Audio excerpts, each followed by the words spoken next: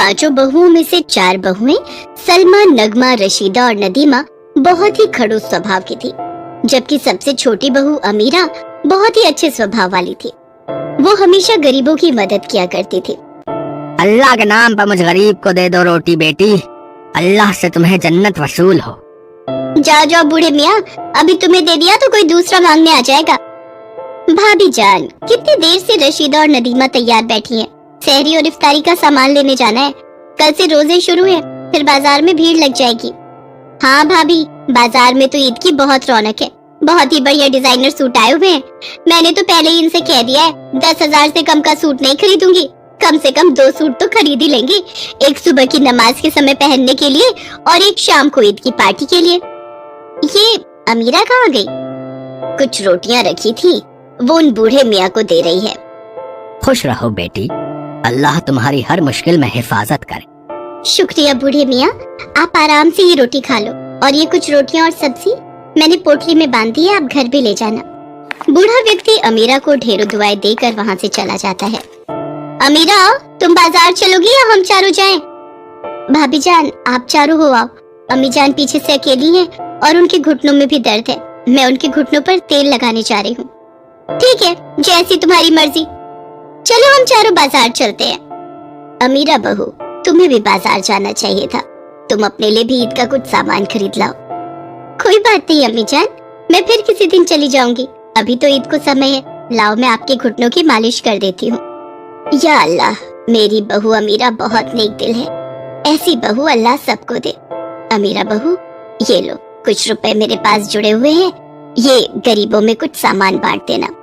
ठीक है अम्मी जान, मैंने भी कुछ सामान खरीदा है। ईद के दिन सब कुछ एक साथ ही बांट आऊंगी, आप भी मेरे साथ चलना। अमीरा बहू, ये चारों इस बात को अभी नहीं समझ रहे हैं। रोजे रखने का असली मकसद तो ये जानते ही नहीं है। हमारे पास अल्लाह का दिया सब कुछ है, पर इन चारों के आ जाने के बाद असलम, अहमद, रहीम और करीम बिल्कुल बदल गए हैं। अल्लाह का शुक्र है कि तुमने मेरे बेटे इकबाल को बदलने नहीं दिया। वो आज भी गरीबों की मदद के लिए सबसे आगे रहता है। अमीरा बहू, इस्लाम के मुताबिक जिस मुसलमान के पास भी इतना पैसा या संपत्ति हो कि वो उसके अपने खर्चे पूरे हो रहे हो और वो किसी की मदद करने की स्थिति में हो, तो वो दान करने का पात्र बन जाता है। जकात के बारे में पैगंबर मोहम्मद ने फरमाया है, जो लोग रमजान के महीने में जकात नहीं देते हैं, उनके रोजे और इबादत कबूल नहीं होती है, बल्कि धरती और जन्नत के बीच में ही रुक जाती है। पर इन्हें ये बात समझ नहीं आ रही। फितरे की रकम भी गरीबों, बेवाओं व यतीमों और सभी जरूरतमंदों को दी जाती है। इन सब के पीछे सोच यही है कि ईद के दिन कोई खाली हाथ ना रहे, क्योंकि ये खुशी का दिन है। अल्लाह ताला ने ईद का त्योहार गरीब और अमीर सभी के लिए बनाया है। गरीबी की वजह से लोगों की खुशी में कमी ना आए, इसलिए अल्लाह ताला ने हर संपन्न मुसलमान पर जकात और फितरा देना फर्ज कर दिया है। पर मजाल है कि आज तक इन चारों ने कभी किसी गरीब बेसहारा को जकात और फितरा दिया हो। ये अल्लाह ताला से डरती नहीं है, इन्हें सिर्फ अपने आप से मतलब है। कहते कहते बानो बेगम उदास हो गई। अमीरा बहू, जब तक इनके अब्बू जिंदा थे, हमारे घर से हर साल जकात और हर ईद पर फितरा निकलता था। हमारे घर में पूरा महीना रोजे के दिनों में गरीबों को जरूरत का सामान दिया जाता था, पर अब ये सब मस्त हो गए हैं। बानो बेगम का चारों बहुओं के कारण मन बहुत खराब था, पर अमीरा उसे उदास नहीं रहने देती। वो उसका पूरा ख्याल रखती है। रोजाना रोजे के दिनों में अमीरा जल्दी उठ जाती और सबके उठने से पहले सहरी का सामान बनाकर तैयार कर देती और पूरे परिवार को खिलाती। पर कभी भी सलमा, नगमा, रशीदा और नदीमा समय पर नहीं उठती थी। वो तो तब उठकर आती जब सारा खाने पीने का सामान अमीरा बना चुकी होती थी। पर अमीरा ने कभी भी किसी से कुछ नहीं कहा। वो खुशी खुशी अपना फर्ज निभाती थी। रोजे के दिनों में अमीरा अपने शौहर इकबाल के साथ रोजाना अनाथ बच्चों, बूढ़ों और बेसहारा लोगों को ढेर सारा सामान बांट कर आती थी। गरीब और अनाथ, बेसहारा, मजबूर सब अमीरा और इकबाल को ढेरों दुआएं देते थे। सुनो जी, ये क्या चल रहा है? घर में जब देखो अमीरा और इकबाल घर के पैसों को मुफ्त में ही बांटते रहते हैं। ऐसे कैसे काम चलेगा? भाभी जान सही कह रही हैं, हम फालतू के खर्चे करते रहेंगे तो अपने लिए कब जोड़ेंगे? इकबाल, बस बहुत हो गया। ये रोजाना तुम इतना सामान गरीबों में बांट आते हो। अरे कुछ तो सोचा करो, ऐसे तो फालतू खर्चे और बढ़ते जाएंगे। असलम, तेरा दिमाग खराब हो गया है क्या? अरे अल्लाह ताला ने हमें इतना कुछ दिया है, अगर थोड़ा बहुत अमीरा और इकबाल रोजे के दिनों में गरीबों को बांट भी देंगे तो कोई कमी नहीं आ जाएगी, बल्कि बरकत ही पड़ेगी। तुम्हारे अब्बा हुजूर ऐसे नहीं थे जैसे अब तुम चारों बन चुके हो। आज हमारे पास जो भी कुछ है सब अल्लाह की रहमत से है, इसलिए अल्लाह का शुक्रिया अदा करो कि उन्होंने तुम्हें ये तोहफा फरमाया है कि तुम किसी बेसहारा और मजबूर की मदद कर सकते हो। बानो बेगम की बात सुनकर असलम के साथ साथ अहमद, रहीम और करीम भी अपने अपने कमरे में चले जाते हैं। सलमा, नगमा, रशीदा और नदीमा भी मुंह बनाकर वहाँ से चली जाती हैं। ईद का दिन आता है, सब लोग ईद के लिए तैयार होते हैं। सलमा, नगमा, रशीदा और नदीमा ने अपने नए नए कपड़े निकाले और पहनकर तैयार हो गई। असलम, अहमद, रहीम और करीम भी नए कपड़ों में तैयार थे। सब लोग एक दूसरे के गले मिलकर ईद के त्योहार की बधाई दे रहे थे। अम्मी जान, मैं सोच रही थी बराबर में ही एक अनाथालय है, क्यों ना हम इकबाल के साथ चलकर वहाँ कुछ अनाथ बच्चों के साथ मिलकर ईद मनाएं? छोटे बच्चे बहुत खुश हो जाएंगे। हाँ बहू, ये तो तुमने बहुत अच्छी बात कही है। चलो एक बार हम अनाथालय चलते हैं। आप सब भी चलिए ना। नहीं नहीं, हमारे पास इन सब फालतू कामों के लिए टाइम नहीं है। अभी हमें घर जाकर ईद की बहुत सारी तैयारी करनी है, शाम को मेहमान आने शुरू हो जाएंगे। बानो बेगम, अमीरा और इकबाल के साथ अनाथालय ईद मनाने के लिए जाती है। तुम चारों जाकर शाम की पार्टी की तैयारी करो, तब तक हम चारों सामान लेकर घर पहुंचते हैं। असलम, अहमद, रहीम और करीम बाजार निकल जाते हैं और सलमा, नगमा, रशीदा और नदीमा घर चली जाती हैं। भाभी जान, आपने बिल्कुल सही किया। अगर हम अम्मी जान और अमीरा की बातों में आ जाते तो घर आकर इतना बढ़िया बढ़िया पकवान खाने का मौका हाथों से छूट जाता। अब जल्दी जल्दी ये सारे बढ़िया पकवान खा लेते हैं। आप सब भी आ जाओ। बस मैं अभी आई, ये अपना सूट प्रेस कर लूं, फिर शाम को तैयार भी होना है। नदीमा प्रेस का बटन बंद करना भूल जाती है और सब मिलकर खाते पीते गप्पे मारने लगती हैं। तभी प्रेस की तार में से एक चिंगारी निकलती है और आग लग जाती है। धीरे धीरे आग पर्दों तक पहुंच जाती है और देखते ही देखते अचानक से पूरा घर जलने लगता है। बानो बेगम की चारों बहुएं चीख पुकार कर रही थी। घर में आग बढ़ती जा रही थी। कोई बचाओ, या अल्लाह बचाओ। भाभी जान, आग बढ़ती जा रही है, हमारा बचना मुश्किल है। अब तो अल्लाह ही हमें बचा सकते हैं। लगता है हमें अपने किसी गुनाह की सजा मिल रही है जो आज हम चारों इस आग में फंसे हैं। हमसे कोई तो गुनाह हुआ है। मुझे तो लगता है अल्लाह हमसे नाराज हो गए हैं, हमें उनसे माफी मांगनी चाहिए। या अल्लाह, अगर हमसे कोई भी गुनाह हुआ हो तो हमें माफ कर दो, हमें इस आग से बचा लो। लगातार आग बढ़ती जा रही थी। इतनी देर में बानो बेगम, अमीरा और इकबाल के साथ वहाँ पहुँच जाती है। इकबाल के चारों भाई भी तब तक आ चुके थे, पर कोई भी अंदर जाने की हिम्मत नहीं कर पाता क्योंकि आग से पूरा घर झुलस रहा था। फायर ब्रिगेड अभी तक आई नहीं थी। सब लोग देखते हैं अमीरा अल्लाह को याद करके दुआ कर रही है। या अल्लाह, मेरे परिवार को सलामत रखना। मैंने हमेशा अपने परिवार की खुशहाली और सलामती की दुआ की है। आज ईद के पाक दिन हमारे साथ ऐसा होगा मैंने नहीं सोचा था। या अल्लाह, अगर तूने मेरी हर दुआ को सुना है और अगर तुझे लगता है कि मैंने कभी किसी का बुरा नहीं चाहा तो इसी पल ही आग बुझ जाएगी और सब कुछ पहले जैसा हो जाएगा। मेरे परिवार के गुनाहों को माफ कर दो, हम पर रहम करो, मेरी दुआ कबूल करो। अमीरा की दुआ कबूल हो गई। अल्लाह ने उसकी सुन ली और अचानक आग बुझ गई, मानो कुछ हुआ ही नहीं। सब कुछ पहले जैसा ठीक हो गया। लोग अमीरा की वाहवाही करने लगे। सलमा, नगमा, रशीदा और नदीमा अपने किए पर बहुत शर्मिंदा थी। उन्हें समझ आ गया था कि आज उनकी हिफाजत अमीरा की दुआ से हुई है। अल्लाह ने अमीरा की दुआ सुनी है क्योंकि अल्लाह भी उन्हीं की मदद करता है जो नेकी के रास्ते पर चलते हैं। सब मिलकर खूब धूमधाम से ईद का त्योहार मनाते हैं। गरीबों में मिठाइयाँ और उपहार बांटते हैं। अमीरा की तरह ही अपनी बाकी बहुओं को ऐसा करते देख बानो बेगम की खुशी का ठिकाना नहीं था।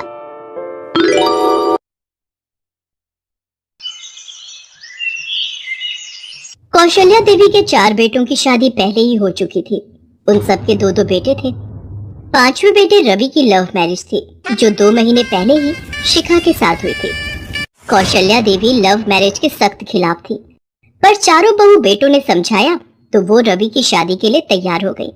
वैसे भी कौशल्या देवी ने पति के देहांत के बाद अपने बच्चों को बड़े लाड़ प्यार से पाल पोस कर बड़ा किया था और रवि सब भाइयों में छोटा था, इसलिए सबका लाड़ प्यार उसे मिला और शिखा घर की बहू बनकर आ गई। कौशल्या देवी के घर में कई सालों से केवल लड़के ही पैदा होते आए थे। इसलिए चारों बहुओं को बेटी की बड़ी आस रहती थी। कभी कभी कितना मन करता है हम चारों बहुओं में से किसी एक के घर एक बेटी पैदा होती तो हम बहुओं को बेटी मिल जाती। हाँ भाभी, मैं जब बिट्टू और प्रांशु के कपड़े लेने बाजार जाती हूँ, वहाँ सुंदर सुंदर गर्ल्स की फ्रॉक देखकर मन ललचा जाता है कि काश हमारे घर में भी बेटी होती। चलो कोई नहीं, हम चारों के दो दो बेटे हो गए, हमारी तो फैमिली पूरी हो गई। अब अगर शिखा की बेटी पैदा हुई तो हम पांचों से ढेर सारा लाड प्यार देंगे। क्या हुआ शिखा, तुम किस सोच में पड़ गई? अब वो मैं कुछ नहीं भाभी, आप सब बातें करो, मैं सबके लिए चाय बना कर लाती हूँ। शिखा रसोई में जाकर रोने लगती है। तभी रवि भी आ जाता है। शिखा, तुम दोबारा रोने लगी? मैंने तुम्हें कहा है ना, सही वक्त आने दो, सब ठीक हो जाएगा। पर रवि, मुझसे ये दुख अब और नहीं सहा जाता। ऐसा क्या दुख था जिसकी वजह सिर्फ रवि और शिखा ही जानते थे? ये तो आने वाला वक्त ही बता सकता था। धीरे धीरे समय बीता और शिखा गर्भवती हुई। शिखा का 7वां महीना चल रहा था। कौशल्या देवी और शिखा की जेठानियां भी छोटी बहू की गोद भराई की रस्म की तैयारियों में लगी हुई थी। अचानक सीढ़ियां उतरते हुए शिखा का पैर फिसल गया और उसे अस्पताल ले जाया गया, पर डॉक्टर बच्चे को नहीं बचा पाए। साथ ही साथ डॉक्टर ने कहा कि शिखा अब दोबारा कभी मां नहीं बन सकती। ये सुनकर सब लोग बहुत दुखी हुए। चारों बहुओं के नसीब में भगवान ने बेटों का सुख लिख दिया, पर छोटी बहू के साथ ये कैसी अनहोनी घट गई प्रभु। अब मेरे रवि को औलाद का सुख कभी नसीब नहीं होगा। कौशल्या देवी की बात शिखा सुन लेती है और वो कमरे में जाकर रवि से कहती है, रवि, औलाद के होते हुए मैं बे औलाद कैसे रह सकती हूँ? पिंकी मेरी अपनी बेटी है, मेरा अपना खून। प्लीज मुझे उसे अपने पास लाने दो। मैं अब और उसकी पहचान सबसे नहीं छुपा सकती। मेरी बच्ची मेरे बिना रहती है, माँ भी अब उसको नहीं संभाल सकती। मैं कब तक अपनी बच्ची से छुप छुप कर मिलती रहूंगी? तुम जानते हो मेरी किस्मत में अब माँ बनना नहीं लिखा। मैंने सोचा था मैं सही वक्त देखकर सबको सच बता दूंगी और अपनी बेटी को ले आऊंगी, पर मेरे साथ इतना बड़ा हादसा हो गया। मैं एक बच्चा खो चुकी हूँ, पर अब अपनी बच्ची नहीं खो सकती। शिखा भी रवि से ये बात कही रही थी कि उसकी बड़ी जेठानी सब बातें सुन लेती है। तुम्हारी बेटी? ये सब मैं क्या सुन रही हूँ शिखा? ये कैसा राज है? हाँ भाभी, मैंने आप सबसे और माँ से ये राज छुपाया। आज हमारी बेटी 3 साल की है। भाभी, आपको याद होगा, मेरा एक जिगरी दोस्त दीपक मेरे साथ ही कॉलेज में पढ़ता था। शिखा और दीपक एक दूसरे से बहुत प्यार करते थे। मैं शिखा को पहले से ही पसंद करता था, पर वो मेरे जिगरी दोस्त दीपक को चाहती थी, इसलिए मैंने कभी उससे इस बारे में नहीं कहा। और फिर दीपक और शिखा ने मंदिर में छिपकर शादी कर ली। मैं इस बात को जानता था, पर एक दिन दीपक कार एक्सीडेंट में मारा गया। शिखा मेरे पास आई और उसने सारी सच्चाई मुझे बताई। रवि, मैं माँ बनने वाली हूँ। मैं अबॉर्शन भी नहीं करवा सकती क्योंकि मैं और दीपक चाहते थे कि हम इस बच्चे को दुनिया में लाएं। मैं नहीं चाहती कि दीपक की निशानी को मैं मार दूं। मेरी मदद करो रवि, मुझे कुछ समझ नहीं आ रहा। तुम चिंता मत करो शिखा, तुम्हारा बच्चा, मेरे जिगरी दोस्त दीपक का ये बच्चा इस दुनिया में जरूर आएगा। और फिर कुछ महीनों बाद शिखा ने एक बेटी को जन्म दिया। मैंने शिखा को अपनी पत्नी के रूप में स्वीकार किया, क्योंकि मेरे पास कोई और रास्ता नहीं था। मैं सही वक्त आने का इंतजार कर रहा था, पर हमें नहीं पता था कि हमारी किस्मत में इतना बड़ा दुख आ जाएगा कि ये बात हमें इन हालातों में बतानी पड़ेगी। हमारी पिंकी अपनी नानी के घर पर है। भाभी, मैं और शिखा चाहते हैं कि पिंकी इस घर में आ जाए, अपने घर में। तू चिंता मत कर रवि, पिंकी की एक माँ नहीं बल्कि 5 माँ होंगी। हम अपनी बेटी अपनी लक्ष्मी का स्वागत खूब धूमधाम से करेंगे। सब लोग खुश थे। शिखा की चारों जेठानियां पिंकी को देखकर बहुत खुश थीं। वो सब पिंकी को ऐसे प्यार करने लगी मानो ना जाने वो पिंकी को कब से जानती हूँ। सभी के बेटे भी अपनी बहन को देखकर घुल मिल गए, पर कौशल्या देवी अभी भी मुंह फुलाए बैठी थी। तुम लोग जितना मर्जी कह लो, पर मैं इस लड़की को अपनी पोती कभी नहीं मानूंगी। तुम चिंता मत करो शिखा, हम पांचों मिलकर अपनी बेटी पिंकी को बहुत प्यार देंगे। धीरे धीरे समय बीता और पिंकी भी अपने भाइयों के साथ बड़ी हो गई। पिंकी के सभी भाई नौकरी पर लग गए थे। पिंकी घर में अकेली बेटी थी, इसलिए सब उसे बहुत लाड प्यार करते थे। पिंकी एक सफल डॉक्टर बन गई थी। आज आशीर्वाद देने के लिए उसकी 5 माएं सामने खड़ी थी। मैं कितनी खुशकिस्मत हूँ, मेरे साथ 5 माओं का आशीर्वाद है। पर दादी माँ, कहते कहते पिंकी की आंखों में आंसू आ जाते हैं। उसकी 5 माँ उसे गले लगा लेती हैं और दही शक्कर खिलाकर उसे भेजती हैं। धीरे धीरे पिंकी शहर की एक प्रसिद्ध हार्ट सर्जन बन जाती है। अचानक एक रात कौशल्या देवी के सीने में तेज दर्द हो जाता है और उसे हॉस्पिटल ले जाते हैं। कौशल्या देवी के हार्ट का ऑपरेशन होता है और कुछ दिनों में वो ठीक हो जाती हैं। सभी बहुएं अपनी सास के पास बैठी थी। मेहमान देखने आ जा रहे थे। कौशल्या देवी के बेटे और पोते भी वही थे। तभी वो बोली, मेरे परिवार में एक अधूरापन है। मेरी पोती कहाँ है? बाकी सब दिखाई दे रहे हैं, पर मेरी पोती, मेरी पिंकी कहाँ है? पिंकी, बेटा मेरे पास आ। अपनी सास को पिंकी को पुकारते देख पांचों बहुएं रो पड़ती हैं। सबकी आंखों में खुशी के आंसू आ जाते हैं। पिंकी कमरे में आती है और अपनी दादी माँ के गले लग जाती है। दादी माँ, अब कैसी तबीयत है? मेरी पोती डॉक्टर है। मैं जानती हूँ मेरे दिल का ऑपरेशन तूने ही किया है, फिर मुझे कैसे कुछ हो सकता था। तेरे इलाज से मैं बिल्कुल हट्टी कट्टी हो गई मेरी बच्ची। और फिर उस दिन के बाद सबकी लाडली पिंकी